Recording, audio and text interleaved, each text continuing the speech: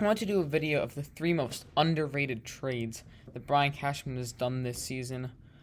Not sure if that's going to be the title, but there have been a lot of small trades that Cashman has done.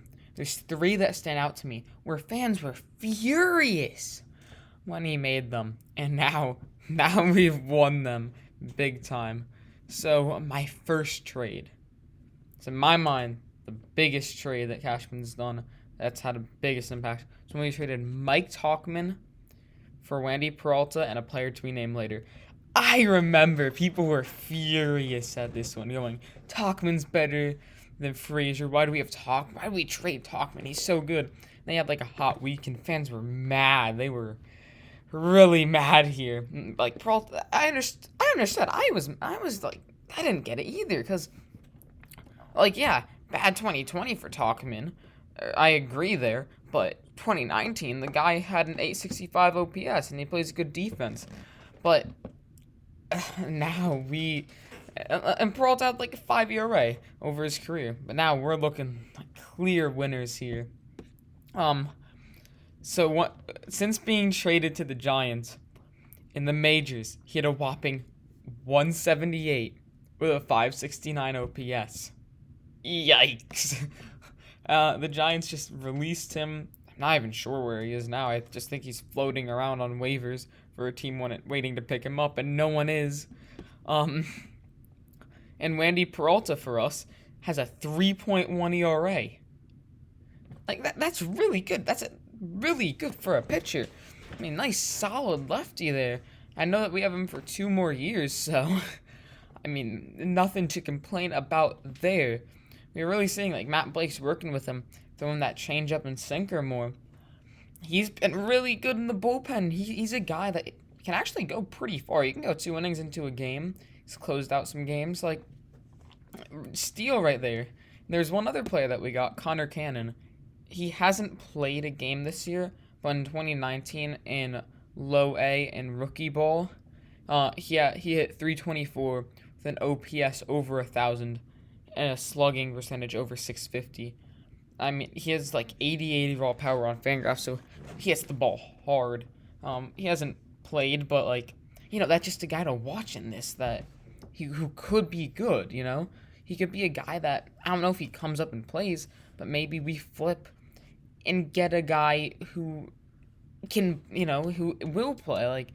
There's another asset there, and if it was just Wandy Peralta we got, I'd be thrilled. This Peralta's been so good. We got him and a player. Just an absolute steal looking at it now. I mean, 2 more years of Peralta. Sign me up for a good lefty there. The next trade was when we traded Mike Ford to the Rays for cash and a player to be named later. This one, people were also relatively mad about, but they kind of wanted to see Mike Ford gone because he wasn't doing well. But we, majorly won this trade because of the guy that we got as the player to be named later. Aldenis Sanchez. A 22-year-old in A-ball with the Yankees in 23 games. He's hitting 413. 413 with an OPS of 1,088. I don't think it's possible for him to keep that up because that's just so good, but he's also really fast. He's stolen 18 bases or something. I don't know if he can keep up hitting around 400 in A-ball, but considering that the Rays just DFA'd Mike Ford and the Nationals picked him up, we've won that. Ford's not going to turn out into anything, so we've won that trade just because of how good Sanchez has been in the minors, and we got $100,000 for it, so another steal by Cashman there. And then the final trade, in my mind, is when we traded Hoy-Jun Park and Diego Castillo for Clay Holmes. This, I think fans were the most mad about, because Park was good in the minors. I mean, let me just pull up the stats really quickly. But in the minors for us, the guy was hitting 327 in AAA. in 48 games, OPS over 1,000.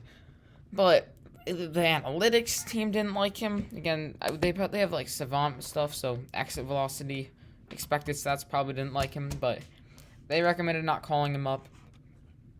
And then he played as a replacement player for like one game because the guy was on COVID protocol, but people were mad when we traded him, to say the least.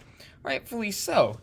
If a guy's hitting that well in the minors, you want to let him play, especially a left-handed bat that can play the infield. That sounds like a dream, right? Even as just a bench guy or a utility player. But he hasn't been good. In 18 games, he's hitting only 200. Like, exactly 200 with an OPS of 567. This one I wouldn't say we've won yet. Just because, like, unlike the Ford trade and the Tauchman trade, both of those guys have been DFA'd right now. So, like, you know, the team that traded for him has given up. Park could still be good in another season. Maybe, but kind of don't see it. He's 25. He's getting older. But the player that we got in return was Clay Holmes. And it made sense to be mad when we got him. 4.93 ERA in 42 innings. That's bad. Not anymore. He's been really good. In a little over 10 innings, 1.74 ERA. The whip of 0.581. He throws a nasty sinker. I read a great article. I don't remember who it was by. I think Stolen Base Nation or Pinstripe Alley. One of those two. And it was about how the Yankees have taken a new mentality on getting guys who have sinker changeups. I don't remember all about the article, but it was targeting guys like Julio Rodriguez, Wandy, Peralta, and Clay Holmes. Now all three of those players have really good sinker changeups, and Holmes was one of them. He's been great. In last game, he struck out 3 guys in 1 inning. That's not common to see. So, and the other guy we gave up in that trade was Diego Castillo. He's a 23-year-old. He's hitting pretty good in the minors, but OPS under 800 for Pittsburgh. Not too concerned about him becoming much. But Holmes has been fantastic, and we've needed bullpen help. I mean, Chapman's been melting down.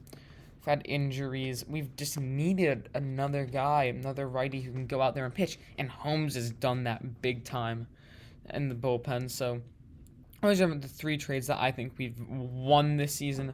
Comment down below what you thought. If you have any other trades, please tell me, because I really want to hear about them. Yeah, like and subscribe. See you next time.